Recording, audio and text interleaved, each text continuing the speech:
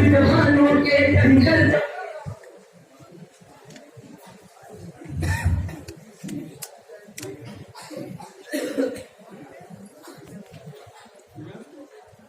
जी नमस्कार।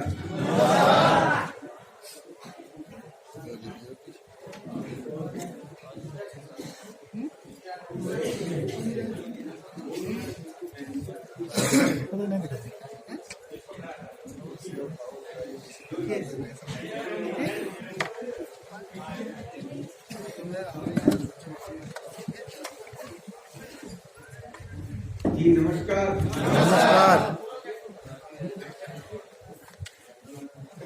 जय आरसीएम।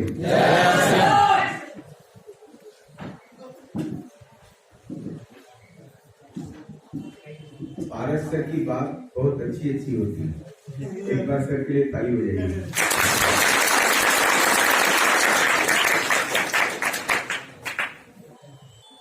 मैं भी कुछ बातचीत करने के लिए आपके बीच आया हूं।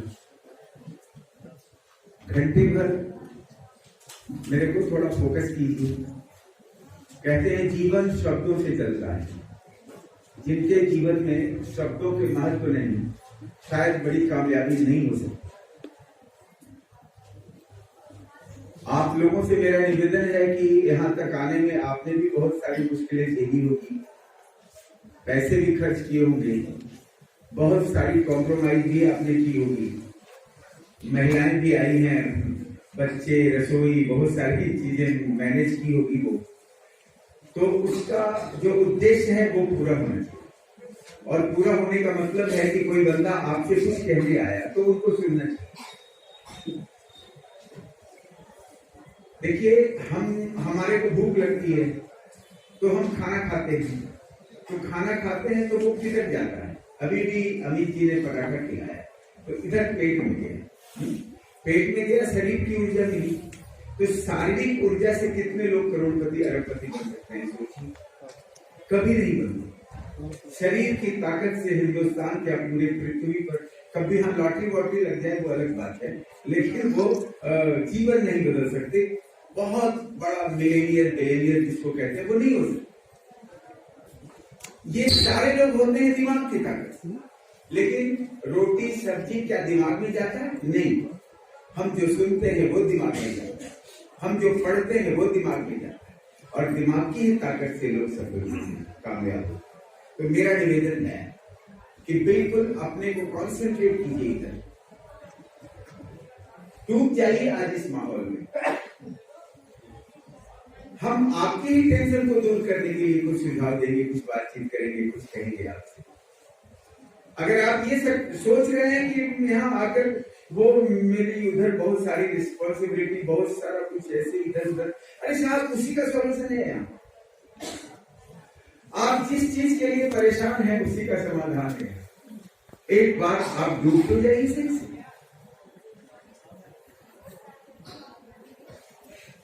मैं आप सभी से कहना चाहता हूं कि आज इस हॉल में बैठा हुआ कोई भी व्यक्ति यदि अपने आप को बदलने के लिए थोड़ा सा तैयार कर ले, आज इस हॉल में बैठा हुआ कोई भी व्यक्ति यदि अपने आप को सीखने के लिए थोड़ा सा तैयार कर ले, तो ये मेरा वादा नहीं है बल्कि दावा है कि आने वाले दिनों में बड़ी बड़ी कामयाबी आपके कदमों में।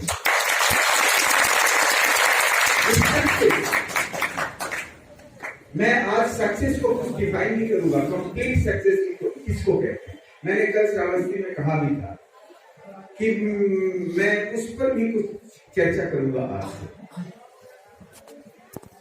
ये सक्सेस, इसकी भी कुछ सही परिभाषा होनी चाहिए कि आखिर आपकी नजरों में सक्सेस कहते किसको? लेकिन वो कुछ बात का पॉइंट है। मैं फिलहाल अपना परिचय दूंगा, उससे पहले मैं आपसे भी कुछ इंट्रोडक्शन अपना लेना चाहूंगा। इस महफिल में कितने लोग ऐसे हैं जो आरसीएम से अभी तक जुड़े नहीं हैं? नए लोग हैं, हाथ खड़े करें।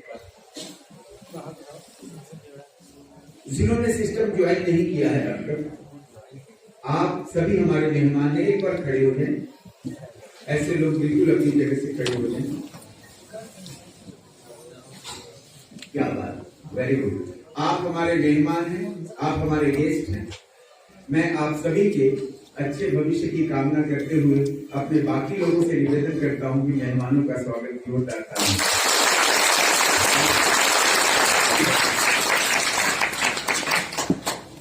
और बाकी लोगों को भी मैं थोड़े से, कितने लोग हैं जो आरसी से जुड़े हुए हैं? आप सभी होस्ट हैं, अपने अपने लिए तालियां लगा लें। मैं एन विलोचन धनबाद झारखंड से हूं। इस बिजनेस को लंबे समय से सीख रहा हूं। मेरे को पहली बार सुनने वाले कितने लोग हैं? एक बार और हाथ खड़े करें। पीछे कुछ लोग शायद सुल्तानपुर गए हुए। बहुत बहुत धन्यवाद। हाँ, देखिए, कुछ मेरी अपनी चर्चा होगी। मैं अपने जीवन के विषय में भी कुछ बात भी करूंगा। मैं एन विलोचन, पूरा नाम मेरा नलिन विलोचन है। नलिन का मतलब उसका पर्यायवाची शब्द शिक्षक हैं, कमल पंकज ऐसा ही कहा जाता है। 1961 में पैदा हुआ हूँ, 61वें में मैं अभी जी भी रहा हूँ। थोड़े से आप मेरी लाइफ हिस्ट्री देखें, फिर इस सिस्टम की ग्रेविटी आपको समझ में आएगा। मेरे को बहुत ज्यादा बताने की जरूरत नहीं है, संकेतों से भी कुछ बातें समझ में आ जाएंगी। सही बोल रहा हूँ कि नहीं? 61 में पैदा होने के बाद 1981 में मेरी शादी हो जाती है और 84 में यहाँ मैं लिख भी देता हूँ।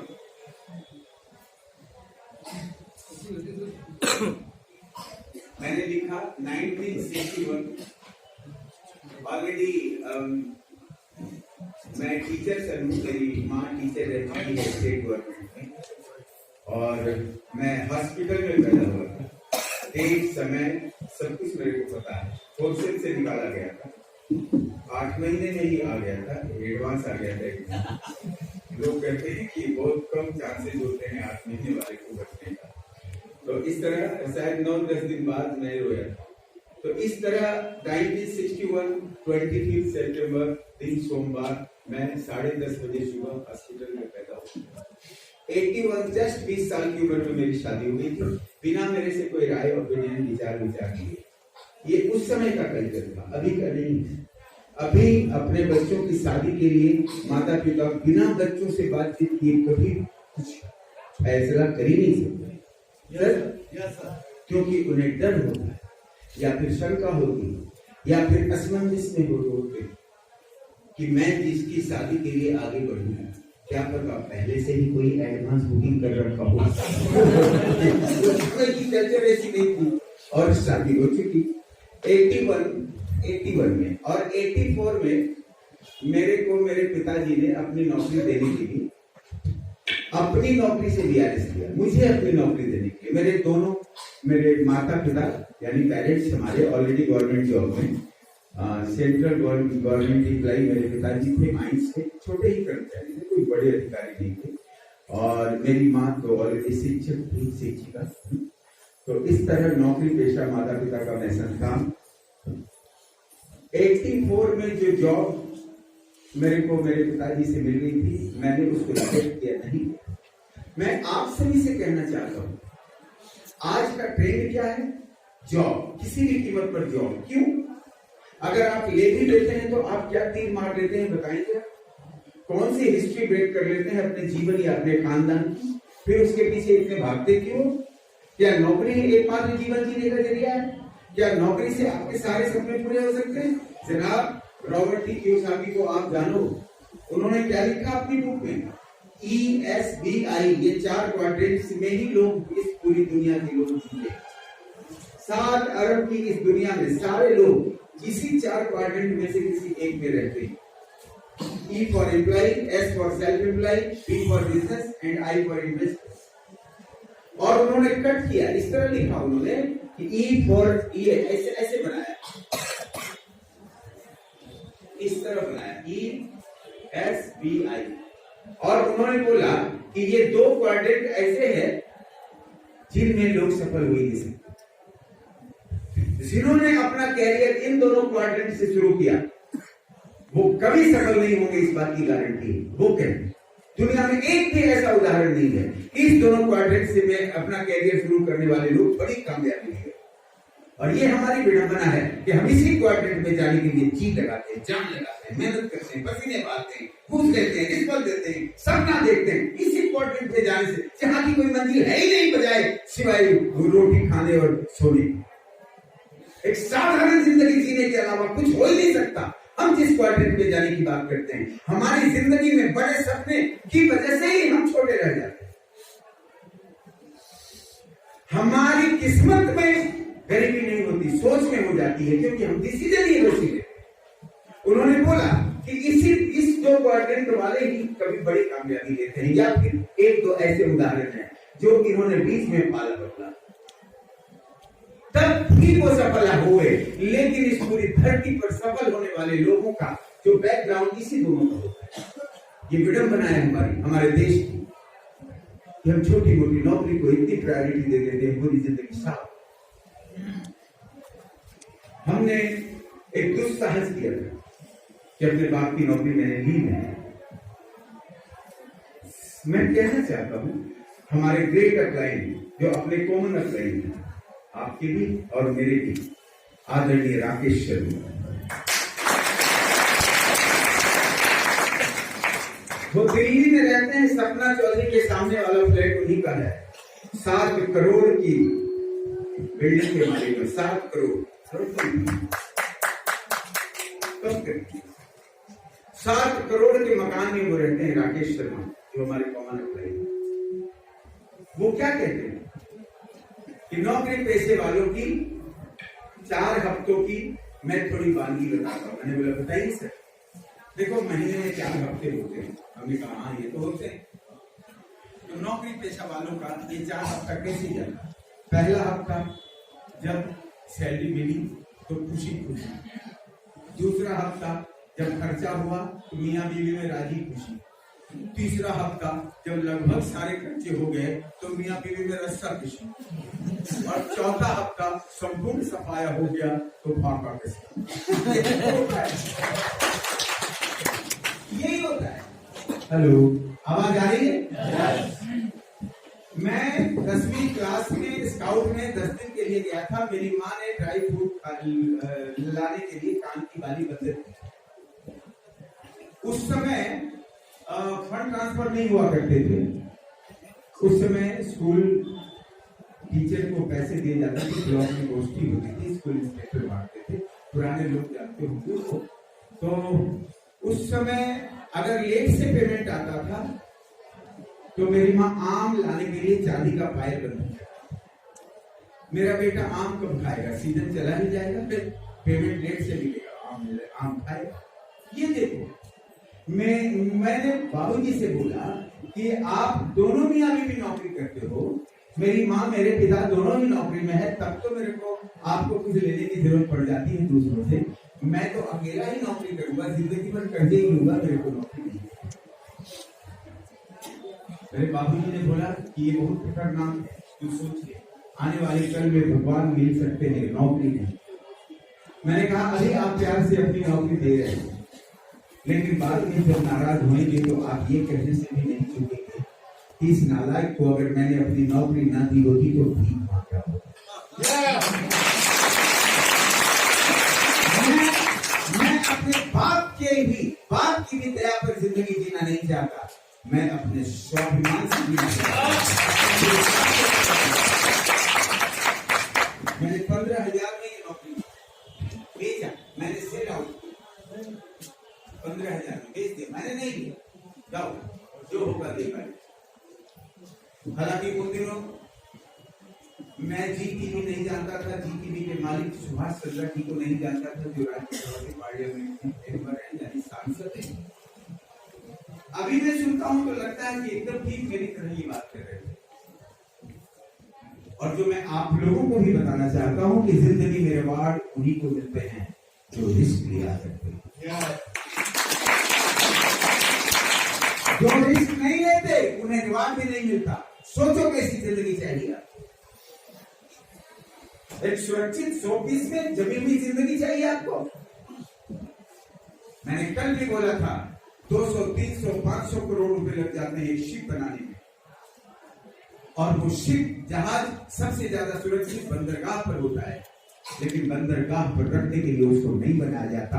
उसकी सच्ची उपयोगिता समंदर की खतरनाक लहरों से लड़ने के लिए होती है, बजाय सजने के लिए और सुरक्षित रखने के लिए नहीं।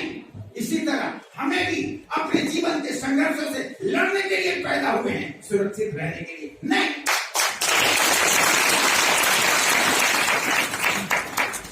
सुरक्षा, सिक्योरिटी, सिक्योरिटी, क्या सिक्योरिटी? लाने का सिक्योरिटी। अरे लड़ेंगे नहीं तो जीतेंगे कैसे? और जीतेंगे नहीं तो जिंदगी में इतिहास बनेगी कैसे?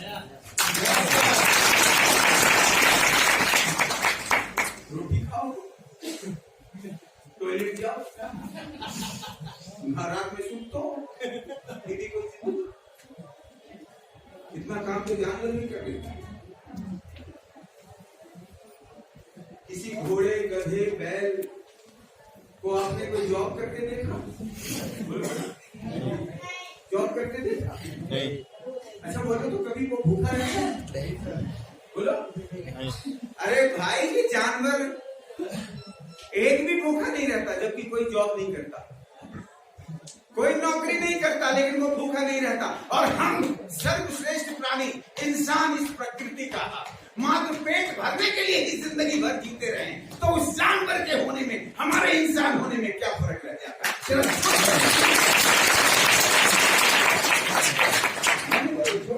योग का देखा जाएगा। 89 में मैं कोलकाता चला गया।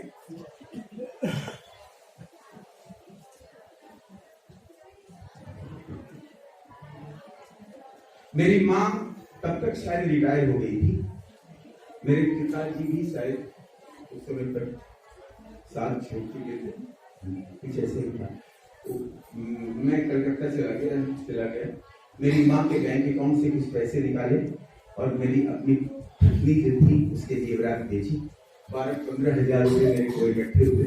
लोअर मिडिल क्लास फैमिली क्या होता है, कितनी औकात होती है, समझिए आप। मैं आपसे कहना चाहता हूं मेरे दोस्त, मेरे मित्रों, इंजन को मजबूत करो। इंजन है ये, इसको स्वतंत्र करो, फ्री करो इसको सोचने, जितना सोच सकते हो सोचो, जितना अरे करो तो फ्री। हम उस माहौल में पैदा होते हैं जहां सोचने की इजाजत नहीं है।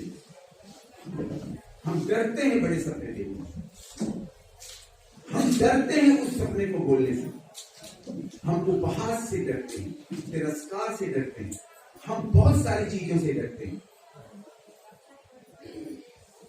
ये मैं इसकी बात कर रहा हूं 1984। उस संदर्भ में भी मैं कुछ कहना चाहूंगा। हम जिस माहौल में होते हैं, देखिए क्या माहौल है, क्या हम लोगों का grade upper class, middle class, और मिडिल क्लास में भी lower middle class, upper middle class. तो हम किस में आते हैं?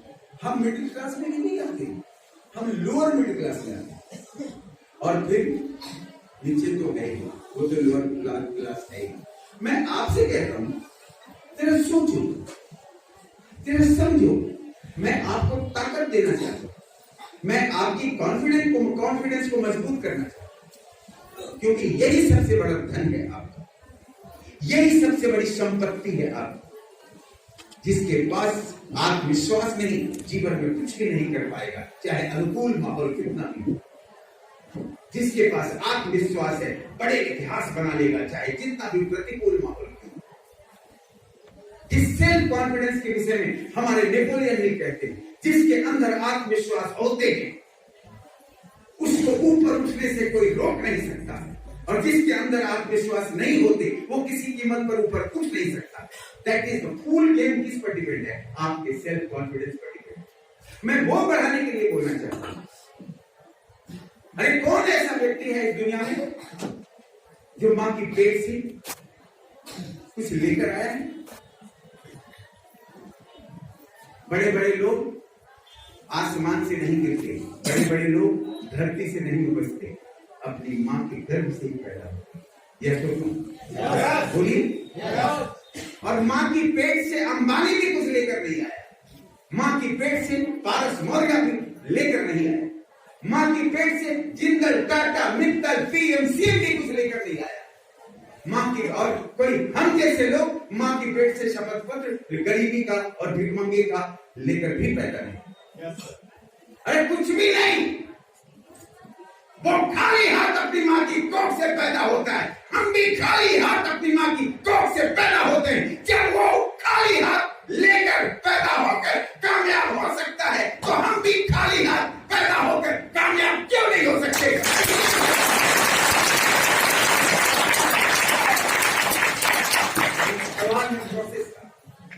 सवाल है तरीकों का, सवाल है रास्ते का, सवाल है डिसीजन का। इधर है दिल्ली, इधर है कलकत्ता।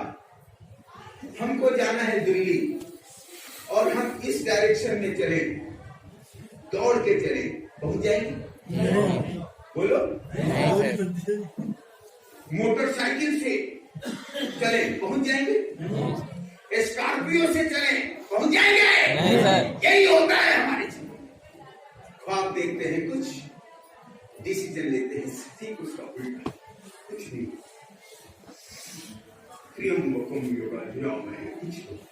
कुछ सोचते हैं मेरी किस्मत ही खराब है। अरे किस्मत क्या खराब है यार, तेरे डिसीजन गलत। अच्छा अब सोचो, मेरे को दिल्ली जाना है और सही डायरेक्शन में हम स्कॉर्पियो में ना चलें, बाइक पर ही चले, पहुंचेंगे नहीं? पहुंचे। बाइक पर भी ना चले, पैदल ही चले, पहुंचे नहीं? पहुंचे। पैदल ही चले, दौड़ के ना चले, धीमे ही चले, पहुंचे नहीं? पहुंचे। अरे साहब दौड़ के भी ना चले, रेंग रेंग कर भी चले, खिसक खिसक भी चले, तो भी बिल्कुल पहुंच जाए। देखो मेरी डायरेक्शन देखो।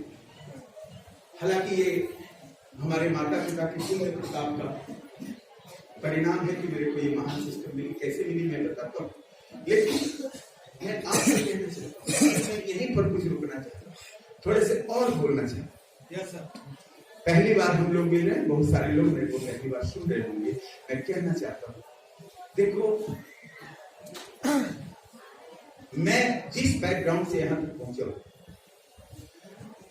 यदि मैं आपसे जो शेयर कर रहा हूं उसको बिल्कुल बिल्कुल एक एक शब्द सह अक्षर सह अपने अंदर आत्मसात करना। 61 साल के जीवन में मैंने कभी जेल वेल का मुंह नहीं देखा।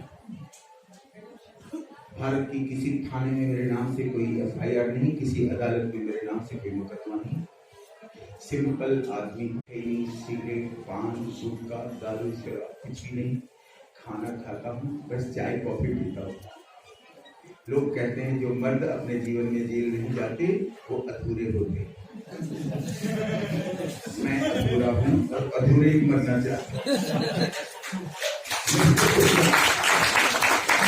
ये कहने का मेरा भाव क्या था, मैं क्यों कह रहा हूँ? क्योंकि मैं शिक्षक हूँ। मेरी माँ ने बताया, बेटा जो किसी के सामने ना कर पाए अकेले में भी मत करना, और कभी झूठ मिथ्या संभाषण मत करना, जो कहना सच कहना। सच में बड़ी ताकत है। सत्य परेशान होता है, पराजित नहीं। यस और नो? और तब से मैं ऐसा ही करता हूँ। कितने लोगों का मैं विरोधी भी हो जाता हूँ, कितने लोग मेरे से नाराज भी हो जाते हैं।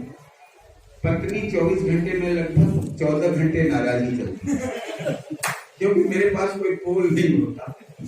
बस जो मैं फट फट पक दिया करता हूँ सबके सामने, तो ज्यादा उलझे हुए लोग मेरे साथ फिट नहीं बैठते।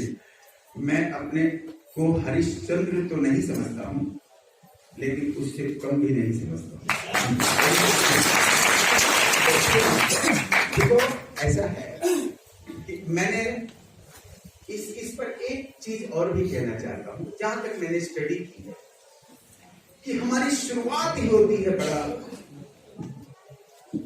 शुरुआत ही हमारी गलत हो जाती है। हम और हमारे माहौल और हमारा जो पारिवारिक हमारी पृष्ठभूमि होती है, जो ताना बाना होता है, उसमें बड़े बनने का माहौल लोग देते ही। अब थोड़े से मैं एक एकांकी ही बता देता हूं, थोड़े से इसको सुनो। जैसे मेरे घर में एक बच्चा हुआ,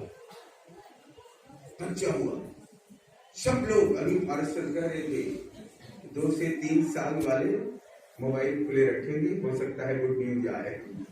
तो गुड न्यूज आए ना आए, मैं इसकी थोड़ी चर्चा कर ही देता हूँ कि मान लो मेरे घर में बच्चा हुआ, डिलीवरी हुई, तो कानों कान खबर आ गई, क्या हुआ? बेटा हुआ। क्या बात है, सब लोग खुश। कोई थाली बजा रहा है, कोई चम्मच बजा रहा है, कोई घंटी बजा रहा है, कोई क्या दे रहा है, कोई क्या ले रहा है, एकदम सभी मस्त। बेटा हुआ। अब देखो, यही से हमारी गरीबी की शुरुआत हो जाए। अब बेटा हुआ, सब लोग खुश, मम्मी खुश, पापा खुश, नाना खुश, नानी खुश, मौसी खुश, मौसा खुश, सब लोग खुश। अब बच्चा को लेके उस बच्चे को अपने सपनों का ट्रांसफरेशन करना शुरू कर देते हैं। मेरा बउआ, मेरा सोना, मेरा बाबू, मेरा बेटा बड़ा होके दरोगा बनेगा, मेरा बेटा बड़ा होके एसपी बनेगा, मेरा बेटा कुछ बड़े सपने वाले होंगे, मेरा बेटा कलेक्टर। सब लोग सपनों का प्रत्यारोपण उस नवजात के दिमाग में कर रहे कि हर हाल में तुम नौकर बनेगा।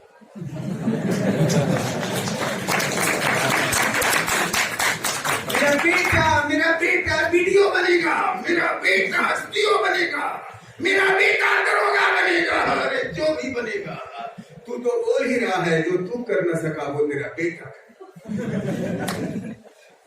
इसी माहौल में वो बच्चा बड़ा होता है। ये सारे सपने संस्कार के रूप में उसके अंदर स्थापित होती जाती है। फिर उस बच्चे का गोल हो जाता है नौकरी लेना।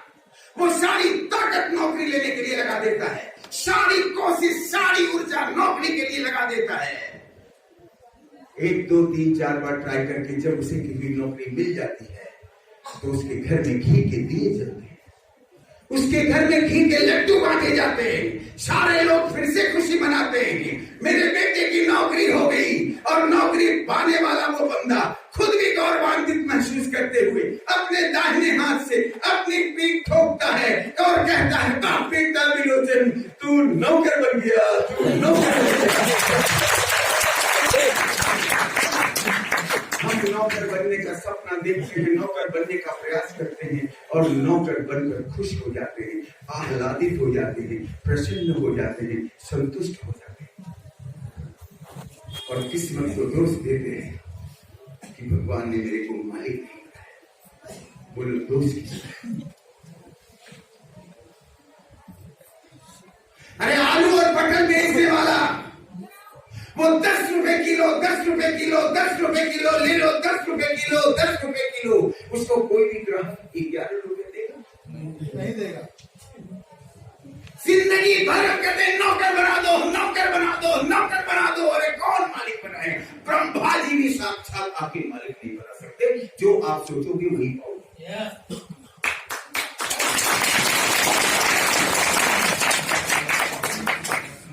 मालिक बनने का सपना देख ही लेते तो क्या बिगड़ जाता है? मालिक बनने के लिए सोच ही लेते तो क्या नुकसान हो जाता हमारा? कौन सा इस भारत का मालिक, कौन सा इस भारत में बनने वाले मालिक किधर से आते हैं? सब तो हमारी तरह पैदा होके आते हैं। सोचो, अंबानी की डिग्री क्या थी? कितनी डिग्री बता दिया हमारे टीचर ने? कितनी डिग्रियों की पूंजी है। अंबानी जैसे 1000 लग जाएंगे इनकी डिग्री के साथ। बोलो सही गलत बोलो, लेकिन कहाँ अंबानी कमाएंगे? डिग्री तो है लेकिन बड़े सपने, बड़ी सोच नहीं। मैं इसलिए यहां रुका। एक बार उड़ान कर भर न सको, एक सोचे तो सही। सोचने में क्या जाता है? अगर नहीं ही सोचोगे तो योगी जी अवार्ड दे देंगे, सोच लोगे तो टैक्स बढ़ा देंगे। अरे सोच ही लो, सोचो जरा, सोचो। अरे कितने लोग तो सोचते भी हैं, उसको हासिल करते भी हैं। हम इतने गरीब के सोच भी नहीं सकते। सोचना भी बहुत बड़ा गुनाह है। मैंने नौकरी नहीं, चला गया था देखते 19 कोलकाता गए, तब तक शायद 1-2 बच्चे भी हो गए थे फैमिली के साथ।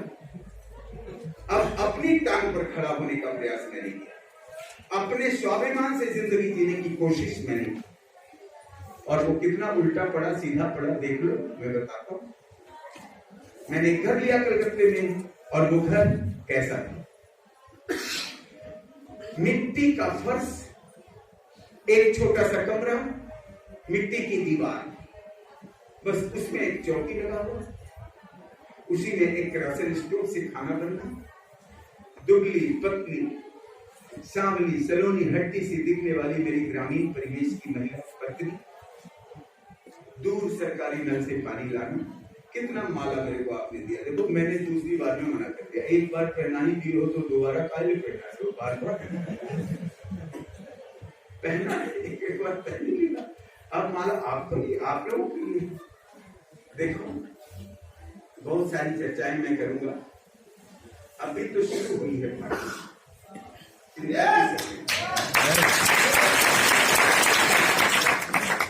महिलाओं की संख्या बहुत सीमित है, मैं इसलिए बहुत ज्यादा खुश नहीं।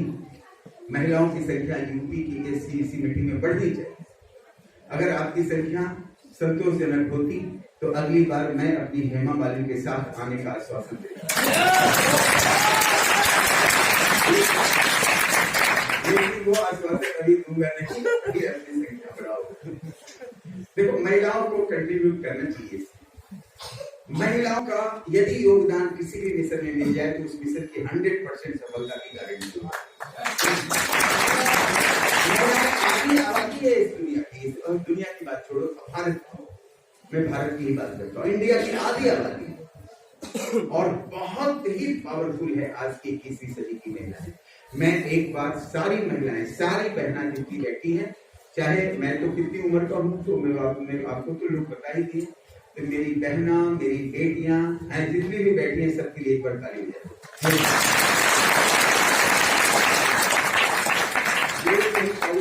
एक अच्छा, इनका कहना है कि पहले उनको खड़ा तो करवाइए फिर ताली बजाएंगे, तो एक बार खड़ी हो जाओ, आशीर्वाद ले लो सबका।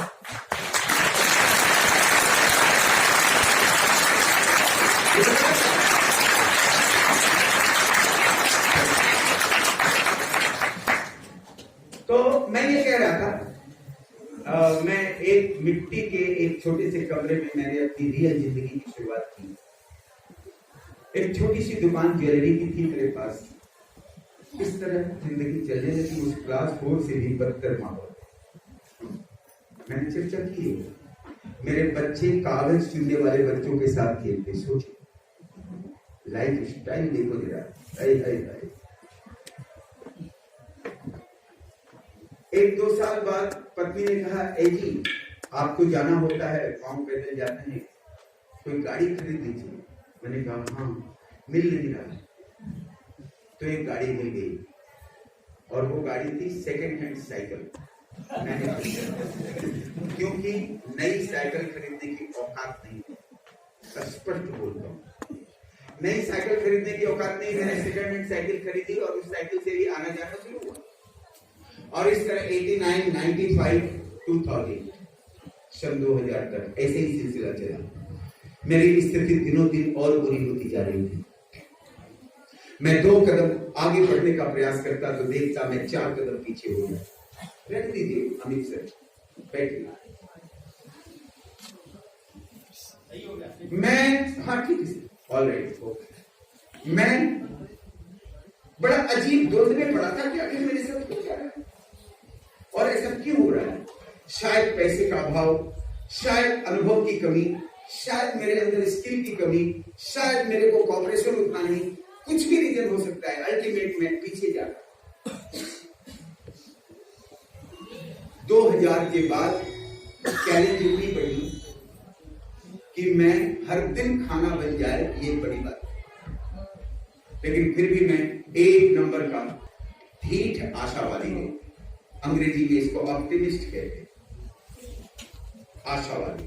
जितना भी गिरो लेकिन उम्मीद फिर भी जिंदा है, कुछ तो करूंगा। इसी बिजनेस से लोग सफल होते हैं, मैं भी हो जाऊंगा। चलो कोई बात नहीं, स्ट्रगल होती है। मैं कहना चाहता हूं मेरे दोस्तों, मेरे मित्रों, मेरी बहनों, सुनो, जीवन में जब स्ट्रेस आती है, जीवन में जब तनाव आती है, जीवन में जब मुश्किलें आती है, जीवन में जब गहरी मुश्किलें आती है, जीवन में जब तुम्हारे साथ कोई नहीं होगा, जीवन में जब आंसू ही आंसू होते हैं, कभी अपने आप को नेगेटिव जोन में मत लाना, कभी अपने आप को बदकिस्मत मत समझना। याद रखना कि भगवान जी जिनको ज्यादा बड़ी मुश्किलें देते हैं उन्हीं को ज्यादा बड़ी कामयाबी देते हैं। हमारे जीवन की आई हुई मुश्किलें हमारे को तोड़ने नहीं आती, बल्कि हमारा इम्तिहान लेने आती है कि ये कितना मजबूत है। अगर उसके इम्तिहान में आप फेल हो जाते तो जहां हो वहीं रह जाते, उनके इम्तिहान में पास हो जाते तो कामयाब हो जाते। अरे कुछ भी हो जाए, अपने आप को कभी किसी भी हाल में कमजोर मत करो। हम मटका खरीदने जाते हैं मिट्टी का, दुकानदार बोलता है 50 रुपए का, तो उसको ठोकते हैं, बजाते हैं, चेक करते हैं कहीं टूटा तो नहीं, एकदम ऑल राइट, लो 50 रुपए। अरे भगवान जी भी हमको अरबपति बनाना चाहते हैं, वो भी हमको ठोकते हैं, बजाते हैं, चेक करते हैं, और जब पास हो जाते हैं तो लो अरबपति बन जाओ। हारने का नहीं है, हारने का नहीं है। मेरे साथ क्या चल रहा है? सन 2000 तक आते आते कहानी खत्म। मेरी माँ रिटायर्ड टीचर कभी कभार आती, कुछ न कुछ मेरे को देती, हारे हुए नालायक बेटे को कुछ न कुछ देती। सन 2000 के बाद स्थिति और भी गंभीर, लेकिन संतोष था कि रोटी खा लेता। सन 2003 तक हमारी कहानी एंड हो गई।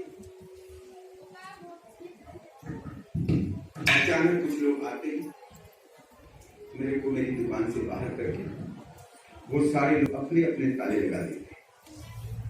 मेरी 14 साल की उस मेहनत में मेरे को सड़क पर फेंक कर मेरी उस छोटी सी दुकान में 10 ताले लगा दिए, और मैं एक झटके में सड़क पर आ गया। सोचो मेरी उम्र क्या हो रही होगी, आप लोग सोचो। 41-42 साल का ये एंग्लोजी झटके से जमीन पर आ गया, सब कुछ खत्म हो गया। मुंह लटकाता हुआ मैं अपनी पत्नी के पास आता हूँ। पत्नी कहीं बैठी है, मेरे कंधे पर अपना प्यार भरा हाथ रखकर कहती है, कुछ नहीं होगा जी, आप ज्यादा चिंता मत कीजिए, सब ठीक हो जाएगा। वो इसलिए ऐसा नहीं कह रही थी कि वो भविष्य दृष्टा थी, बल्कि वो ऐसा इसलिए कह रही थी कि उसको मेरे से प्रेम था। सोचती थी कि कहीं ये फ्रस्ट्रेशन में कुछ गलत सलत न कर बैठे। उसके बाद मेरा रूटीन था कि मैं सुबह उठता और निकल पड़ता, मीलों की दूरी पैदल चलता, रास्ते में बस नहीं लेता, क्योंकि बस का भी अंतिम किराया उन दिनों कलकत्ते में 1 रुपए 50 पैसे हुआ करते थे, जो मेरे पास नहीं होते। तो कोई कंडक्टर मेरे को धक्का देकर नीचे उतार दे, इससे बेहतर मैं बस में चलता ही नहीं, पैदल जाता। सारे संबंधित लोगों की चौखटों पर अपनी नाक रगड़ता, मेरी दुकान वापस दे दो, मेरे बच्चे हैं, मेरी फैमिली, मैं मर जाऊंगा, सुसाइड कर लूंगा। लोगों ने कहा मर जाओ, ऐसे दिन तुम मर ही चुके हो। 10-12 दिन अपने जीवन का सबसे काला दिन मैंने वहां गुजारी, लेकिन उस दिन पराकाष्ठा हो गई जिस दिन मेरे घर में खाना भी नहीं बना था, पत्नी और बच्चों के साथ हम भूखे सो गए। उस दिन मेरे को मेरी अंतरात्मा ने धिक्कारा था कि एनविलोचन तो कितना बेशर्म है कि फिर भी जिए जा रहा है। अरे 41-42 साल की उम्र में अगर कोई बंदा अपनी पत्नी को और अपने बच्चे को रोटी तक नहीं खिला सकता, तो ऐसे व्यक्ति के जीने का औचित्य क्या है? मर क्यों नहीं जाता? तब तब मैंने सोचा था कि आई शुड कमिट सुसाइड, मरना ही चाहिए। फ्रस्ट्रेशन हो गई थी लाइफ में। मेरे बड़े मामा जी बड़े अधिकारी थे बीसीसी, उन्होंने कहा कि इस बंदे ने अपनी जिंदगी खुद से बर्बाद की, अगर अपने बाप की नौकरी कर लिया होता तो ऐसे दिन देखने होते। सिंपैथी नहीं मिल रही थी मेरे को किसी से। अपनी पत्नी से पिटा हुआ व्यक्ति और अपने ही फैसलों से हारा हुआ व्यक्ति किसी से बोल भी नहीं सकता, कुछ बोल भी नहीं सकता, शिकायत भी नहीं कर सकता। मैं तो अपने ही फैसलों से हारा हुआ।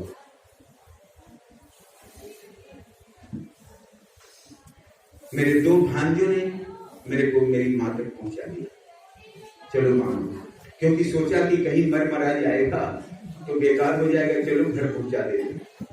मेरी मां की उम्र उस समय 75 साल थी और मैं अपने दो भांजियों के द्वारा कलकत्ते से वापस अपनी मां के पास 14 साल के संघर्ष में हार कर जीवन में सबसे बड़ी हार लेकर वापस आता हूँ। और मैं भी यह सोच कर आता हूँ कि मेरी मां को मैं अपनी फैमिली सुपुर्द कर दूंगा, उसके बाद मैं कहीं चला।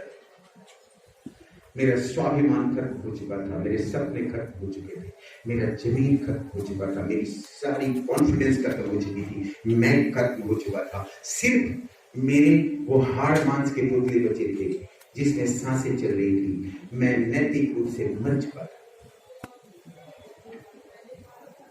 मैं वापस आता हूं मेरी 75 वर्षीय मां के पास में, बच्चों की तरह रोने लग जाता हूं और कहता हूं मां मुझे भूख लग रही, कुछ खाने के लिए दे दो।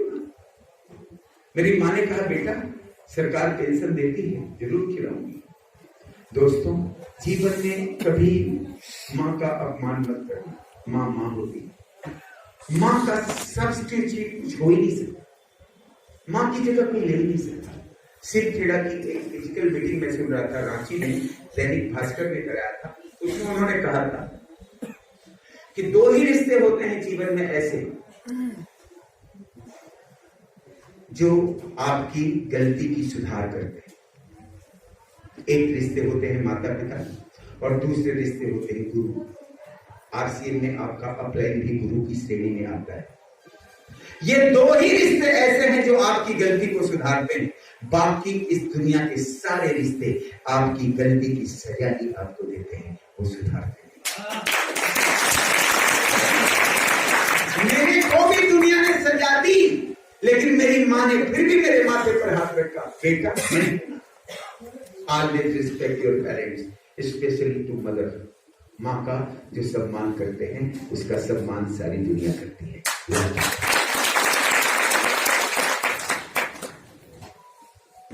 तभी मैं रेलवे स्टेशन पर कुछ ट्रेन का कुछ टाइम टेबल देखने के लिए मैं आता हूं और एक बंदा मेरे को मिलता है। हाँ, इमोशनल हम वही हो जाते हैं, कोई बात नहीं, आज सब कुछ मिलेगा। आज रो रही हो तो कल हंसूगी, सब कुछ भगवान जी देखते हैं, बस चलते रहो।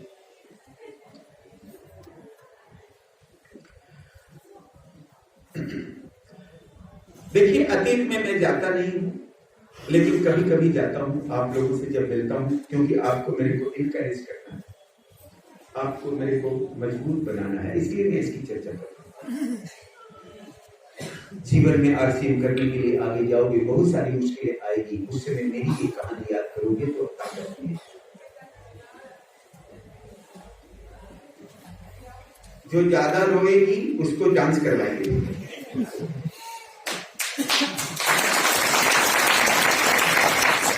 मैं स्टेशन पर था, तभी मेरे पास एक बंदा आता है, 15 साल छोटा, मेरे रिश्ते में लगने वाला भाई, मेरे को कहता है प्रणाम। मैं प्रणाम का जवाब प्रणाम से देता हूं।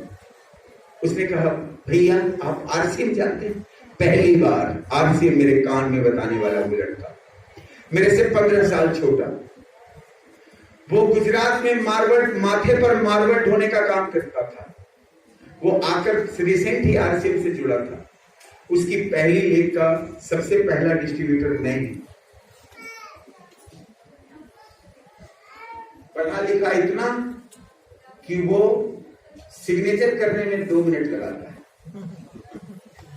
अंगूठा छाप, but now in these days, today's, आज he is getting approximate 2 lakh rupees every month. 2 lakh रुपया वो आज हर महीने कमा रहा है, महंगी गाड़ी में घूमता है वो लड़का। Thumb impression. जाओ रिसर्च करो, इंडिया के किसी भी दूसरे प्लेटफॉर्म पर है ऐसी क्वालिटी, जाओ रिसर्च करो। मैं फिर आऊंगा, 1 साल बाद आऊंगा, एक भी प्लेटफॉर्म मेरे को दिखा दो। मैं आज आरसीएम क्यों खूबसूरत है, आरसीएम क्यों बड़ा है, आरसीएम क्यों महान है, वो भी बताऊंगा। और कभी अतिशयोक्ति नहीं करूंगा। मैं आरसीएम करता हूं इसलिए मैं अपनी दही को मीठा बोलूंगा, ऐसा कुछ नहीं। मैं लॉजिक दूंगा और आपको खुली चुनौती दूंगा, आप सर्च करो। मेरे को 1 महीना बाद भी बता दो तो आपकी जीत मैं हारा।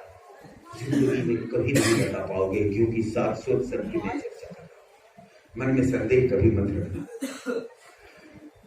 उस लड़के ने मेरे को कहा कि आप घर चलिए। मेरी माँ का स्टूडेंट भी वो था।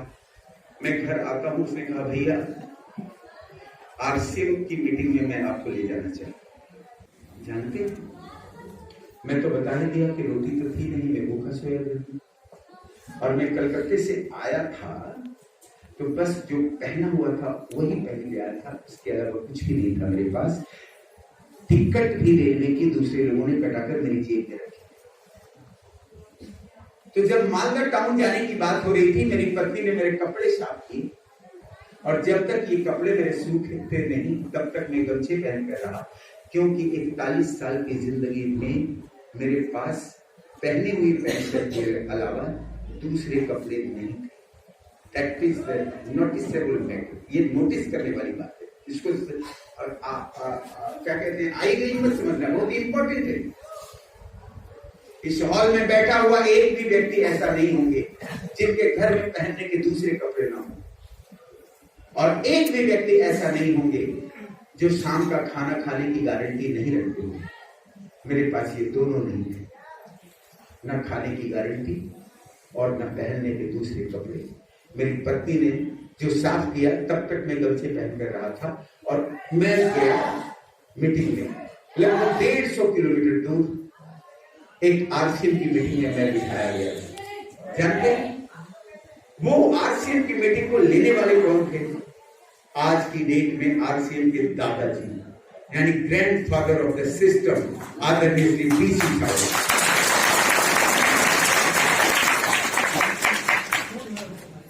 वो यूईएस हमारा एक एजुकेशनल प्लेटफॉर्म है, यूनिक एजुकेशन सिस्टम। उस पर बड़े लीडरों की मीटिंग चल रही थी हर संडे को, वीकली। तो एक दिन बीसी सर का भी 50 मिनट का सेशन था।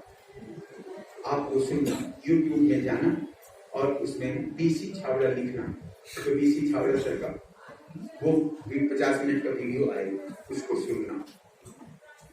मेरा नाम उन्होंने लिया और कहा कि जिंदगी ऐसे बदलती। जो मैं आज आपको बता रहा हूं वो सिर्फ आपको नहीं बता रहा हूं, इस हिंदुस्तान के 1 करोड़ लोगों में से 50-60 लाख तो जरूर इस कहानी को जानता होगा। और मेरे आदरणीय बीसी छावड़ा सर जी के छोटे भाई, जो इस 40,000 करोड़ के सिस्टम के ऑलरेडी इकलौते मालिक हैं, बीसी छावड़ा भी इस बात को जानते हैं। मैं बहुत लकी हूँ, भाग्यशाली हूँ कि ऐसी महान हस्तियों का आशीर्वाद मुझे मिलता रहा। बाई फेस बाई नेम बहुत प्यार मिलता है मेरे को, मुझे अच्छा लगता है। दैट इज अचीवमेंट, ये एक उपलब्धि, और मैं संतुष्ट हूँ। पैसों के सामने इस उपलब्धि की तो कुछ बात ही नहीं करी। इस उपलब्धि के सामने तो करोड़ रुपए भी दिए। उस मीटिंग में मैं भिखमंगा जैसा ही एलगिलोचन जाकर बैठा, दूसरी तीसरी कतार में बैठा, और 7 घंटे की वो मैराथन मीटिंग शुरू हुई। उस मीटिंग में मार्केटिंग प्लान भी दिखाया गया था, और वो मार्केटिंग प्लान किन्होंने दिखाया था मैं बताऊं क्या? बताऊं? क्योंकि आप उनको जानते हो इसलिए मैं बता सकता हूं। ग्रेट डायमंड मिस्टर सुरेंद्र जी वत्स ने उसको लगभग 3 घंटे में रोता रहा। उनकी एक बात मेरे अंदर जा रही थी और मेरे अंदर के दर्द आंसू बनकर बाहर आ रहे। लगातार 3 घंटे तक मैं रोता रहा। और जब वो पहले स्केल में नीचे आए, मैंने उनके पांव छूकर प्रणाम करते हुए कहा कि सर मैं बहुत अभागा हूं, जीने की इच्छा नहीं, सर मर जाना चाहता हूं। उन्होंने कहा बैठ, अभी मीटिंग समाप्त नहीं हुई। और दूसरे स्पेल में वो जाते हैं और कहते हैं तू क्या था ये भूल जा। और मैं आप लोगों को भी ये मैसेज दे रहा हूं कि उन्होंने कहा तू क्या था ये भूल जा, अतीत में मत जा, अतीत मुर्दा है, अतीत में जाएगा तो मुर्दा बन जाएगा। तू कहां जाना चाहता है ये देख, क्योंकि भविष्य जिंदा है, भविष्य में जाएगा तो विजेता बन जाएगा। उन्होंने ये बात मेरे को कही थी। और उन्होंने एक बात और कहा कि तू अपने को अभागा कहता, अरे कौन कहता है कि तू अभागा है? अरे नादान, तू अभागा होता तो कीड़े मकोड़े बनकर इस दुनिया में पैदा होता, तू अभागा होता तो जानवर बनकर इस दुनिया में पैदा होता। इस संसार का सर्वश्रेष्ठ प्राणी इंसान बनकर कभी पैदा नहीं होता। इसलिए मैं कहता हूं कि तू अभागा नहीं है, तू भी अभागा नहीं है, बस ये कमी है कि तू अब तक जागा नहीं। जब जोर लगाता है पत्थर पानी बन जाता है। इंसान जब तक सुषुप्तावस्था में होता है तभी तक वो समझौते करता है और हारता है, लेकिन जिस दिन वो जग जाता है कायनात बदल जाती है, माहौल बदल जाता है। कहते भी हैं कि इरादे हो अटल तो सफलता चल कर आती है, समंदर राह देते हैं, चट्टानें थरथराती है, बस एक इंसान के जगने का सिर्फ प्रश्न है। और मैं उधर से तैयार होकर वापस आता हूँ, मैं मेंटली प्रिपेयर होकर आता हूँ कि सर को जब हमारे ऊपर इतना भरोसा है तो मुझको भी अपने ऊपर खुद पर भी भरोसा करना चाहिए। और उसी रात में अपनी माँ का पांव दबाते हुए माँ से 1260 रुपए का भीख मांगा। मेरे पास 12 रुपए नहीं, तो 1260 रुपए कहां से लाना? और आरसीएम की सबसे छोटी और सबसे कम कीमत की किट की कीमत 1260 की है ना, 1260 रुपए की किट मेरी माँ के सौजन्य से मैंने खरीदा। और आरसीएम के सफर में आज मैं करोड़पति के रूप में जाना जाता हूं।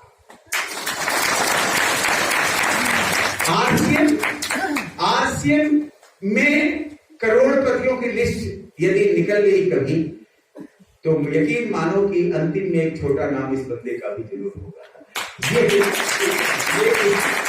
1260 की किट का कमाल है, ये एक सही डिसीजन का कमाल है, ये उस रास्ते का कमाल है, ये उस फैसले का कमाल है। सोचो, मैं आरसीएम अभी बताऊंगा, लेकिन अब मैं जरा बताता हूं अब मैं कैसा जीवन जीता हूं। मैं अपने उस पैतृक घर में नहीं रहता जो माँ ने मेरे लिए छोड़ा। मैंने दे दिया अपनी माँ मेरी बहन को, तू दिया जला तू ही रह, किराए में क्या रहेगी, मेरे घर में रह, है ना। और मैं अब धनबाद में अपनी कमाई से खरीदे गए 60-70 लाख के मकान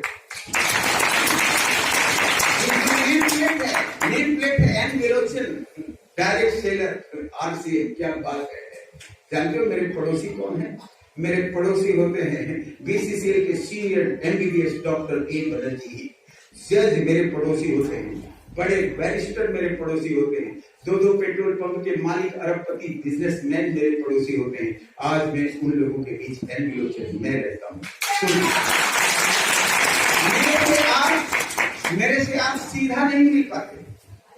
मैं जब बाहर निकलता हूँ टाई सूट कोट पहन के तो गार्ड मेरी गाड़ी साफ कर रहा होता है, वो सैल्यूट मेरे को मारता है और गाड़ी में बैठकर मेरे लिए दरवाजा खोलता है, मैं बाहर निकलता हूँ। कभी बाइक पर या पैदल कभी मैं निकलता ही नहीं उस अपार्टमेंट से। जब निकलता हूँ तो अपनी गाड़ी से निकलता हूँ।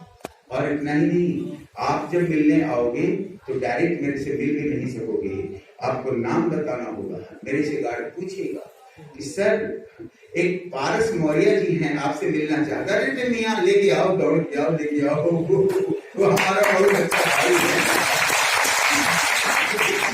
देखो कैसे चेंज होता है। मैं कल क्या था आज क्या हूँ सोचो। मेरे घर में वो सारी भौतिक चीजें जो एक घर में होना चाहिए वो सब कुछ। हर घर में कंप्यूटर होता है, बढ़ने के वॉशिंग मशीन होते हैं, चिमनी होता है, चूल्हे होता है, क्या नहीं है, सब कुछ बदल डाला है सिस्टम में। मैं अपनी गाड़ी फोर्ड में घूमता हूँ, मेरी पत्नी टियागो में घूमती है, अलग अलग गाड़ी है, एक ही तो नहीं, क्योंकि वो भी स्टार पड़ है 75-80 हजार। मैं टेक्निकल बनता हूं तो मैं अपनी पत्नी को भी टेक्निकल बनाता हूं। कौन सा प्लेटफॉर्म है इंडिया में, बोलो, जो कोई कलेक्टर अपनी तीसरा क्लास पत्नी को भी कलेक्टर बना दे? और टीचर भाई साहब को देखो, अपनी पत्नी को भी यूपी गवर्नमेंट का टीचर बना दे, कभी नहीं। शाहजहां ने बनवाया था अपनी पत्नी मुमताज के लिए ताजमहल, मैंने भी बनाया अपनी पत्नी ललिता देवी को टेक्निकल।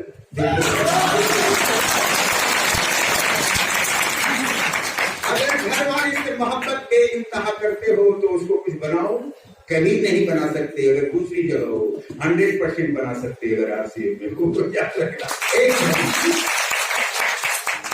मेरे बेटे बॉडी बिल्डर है, मैंने कभी कोई नौकरी के लिए इंजीनियरिंग के लिए और डिग्री के लिए मैंने बेंगलोर भेज कर नौकर बनाने की कभी बच्चों को पेशकश नहीं की। मैंने बोला जो मन होता है, तुम्हारा बाप पर्याप्त धन कमाता है, चिंता की बात नहीं। मैं अभी बताऊंगा, सक्सेस को डिफाइन करूंगा, डेफिनेशन दूंगा मैं उसके, सक्सेस, कंप्लीट सक्सेस किसको कहते हैं, उसके बाद ही मैं कुछ बातचीत करूंगा आप लोग। 1-8 घंटे का समय है, अब कोई जल्दबाजी हो तो बोल देना, मैं पहले भी छोड़। दोस्तों आज मजा आता है, सब कुछ बदला, मजा आ गया। हाँ, मैं 40 से 60 का हो गया अलग बात है, लेकिन मजा आ गया। आज सब कुछ बदला, लेकिन हमारी घर वाली वही है, वो नहीं बदली, लेकिन उनका बेटा। मैंने अभी एक चित्रण किया था, आपको शब्द पता होंगे, मैंने क्या बोला था, सांवली, सलोनी, हट्टी सी दिखने वाली ग्रामीण परिवेश की महिला। मैंने बोला कि नहीं बोला? अब भी जाके देखो, हेवी है ना, और एकदम कोरी चिट्टी, क्या साड़ी महंगी पहनना। वो वार्षिक पार्ट 1 में जो आया था लाइटी क्लब, उसमें तो ऐश्वर्या 100 खरीदी, और मैं भी उसकी प्रमोशन करता था कि ऐश्वर्या साड़ी कोई भी पहन लेगी, जैसे पहनने की लगेगा 1000 वाट का बॉल जल गया, इतनी चमक होगी उस साड़ी में। और वो महंगी साड़ी का पहनना, उल्टा आंचल ओढ़ना, बगल में पर्स लटकाना, आरसीएम का सैंडल पांव में लगाना, एकदम तेज लाल रंग की लिपस्टिक लगाना। अरे आज की डेट में हम घर वाले को देख लो तो ये और कोई दूसरा प्लेटफॉर्म पैसे दे सकता है, लेकिन कितनी चीजें नहीं दे सकता। और आपके जीवन में क्या चाहिए ये भी मैं आपको बताऊंगा, अभी बताऊंगा। 1 रुपया खर्च नहीं होते, दूसरे रुपए आ जाते।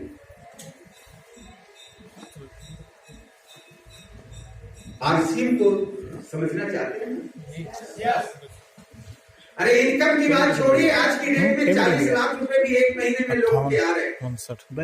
2025 तक 1 करोड़ रुपया भी हर महीना कमाने वाला पैदा होने जा रहा है। 1 करोड़ रुपया पूरे जीवन में लोग कमाते नहीं, 1 करोड़ रुपया एक महीने में कमाने वाले आ रहे हैं 2025 में। वो भी मैं बताऊंगा, केपीएमजी की रिपोर्ट आ गई है। मैं आप सभी से कहना चाहता हूं, आप कितने भी बड़े डॉक्टर रहो, कितने भी बड़े इंजीनियर रहो, कितने भी बड़े कलेक्टर रहो, कितने भी बड़े मिनिस्टर रहो, लेकिन जो चीज आरसीएम में होती है वो कभी हो ही नहीं सकती आपके पास। वो क्या? मैं आपसे 2 घंटे बात करता हूं तो 50,000 रुपए मेरी जेब में आते हैं, है कि नहीं? आपके शब्दों की इस तरह की कीमत है? बोलो। जोगी जी की मीटिंग 100 रुपए की टिकट में होती है, नरेंद्र मोदी सर की मीटिंग 100 रुपए की टिकट में होती है।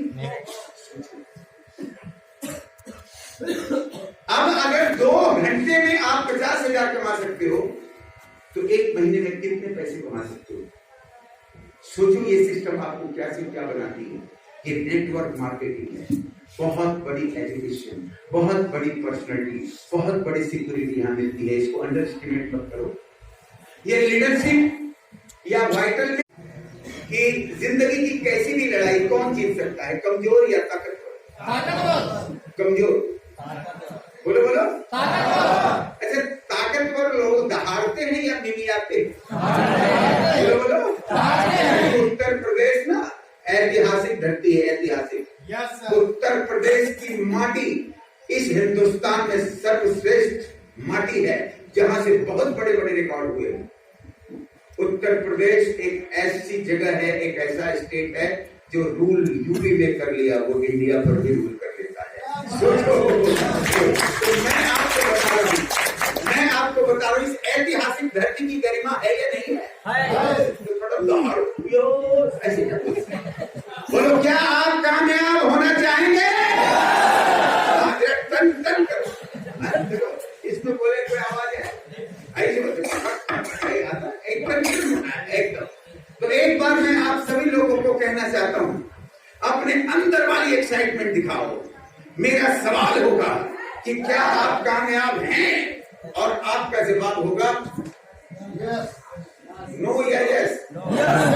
क्योंकि सफलता बहुत ही कीमती और महत्वपूर्ण चीज है जीवन में। जिनके जीवन में सफलता नहीं होती उसका जीवन मौत से ज्यादा बेहतर नहीं होता। जिसके जीवन में सफलता होती है वो जिंदगी का नहीं बल्कि जिंदगी के क्षण क्षण पल पल का आनंद लिया करते हैं। जीवन का आनंद लेना है तो कामयाब बनो, कामयाब बनो।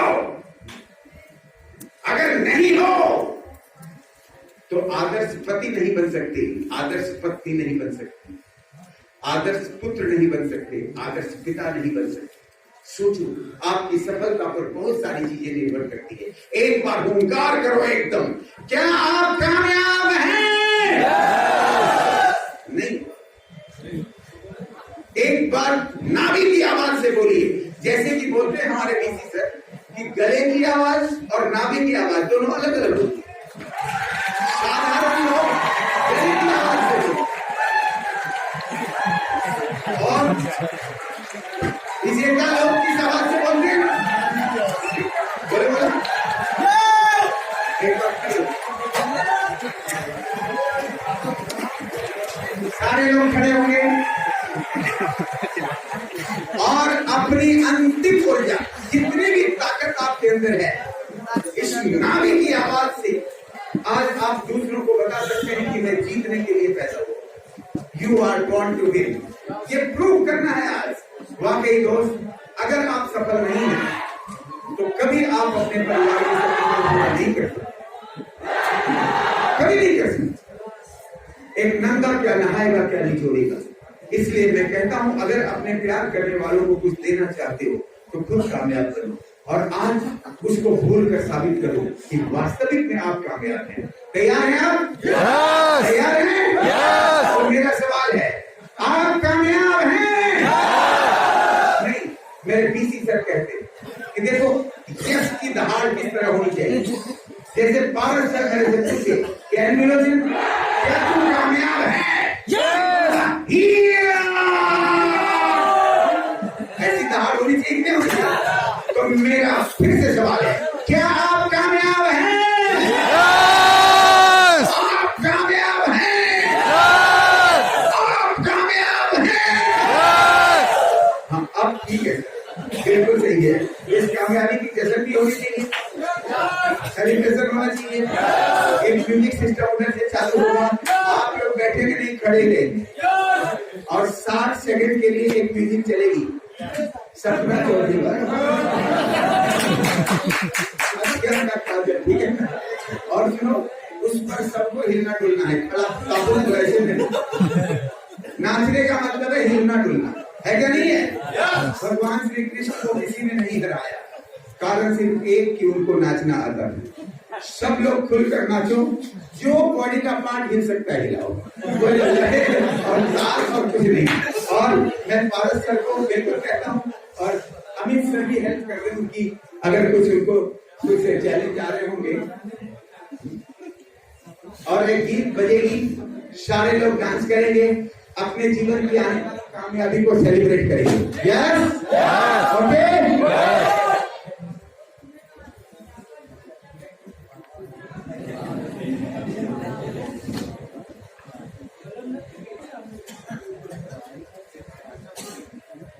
कोई भी बचता है बजाइए, कोई नाचती म्यूजिक बजाइए।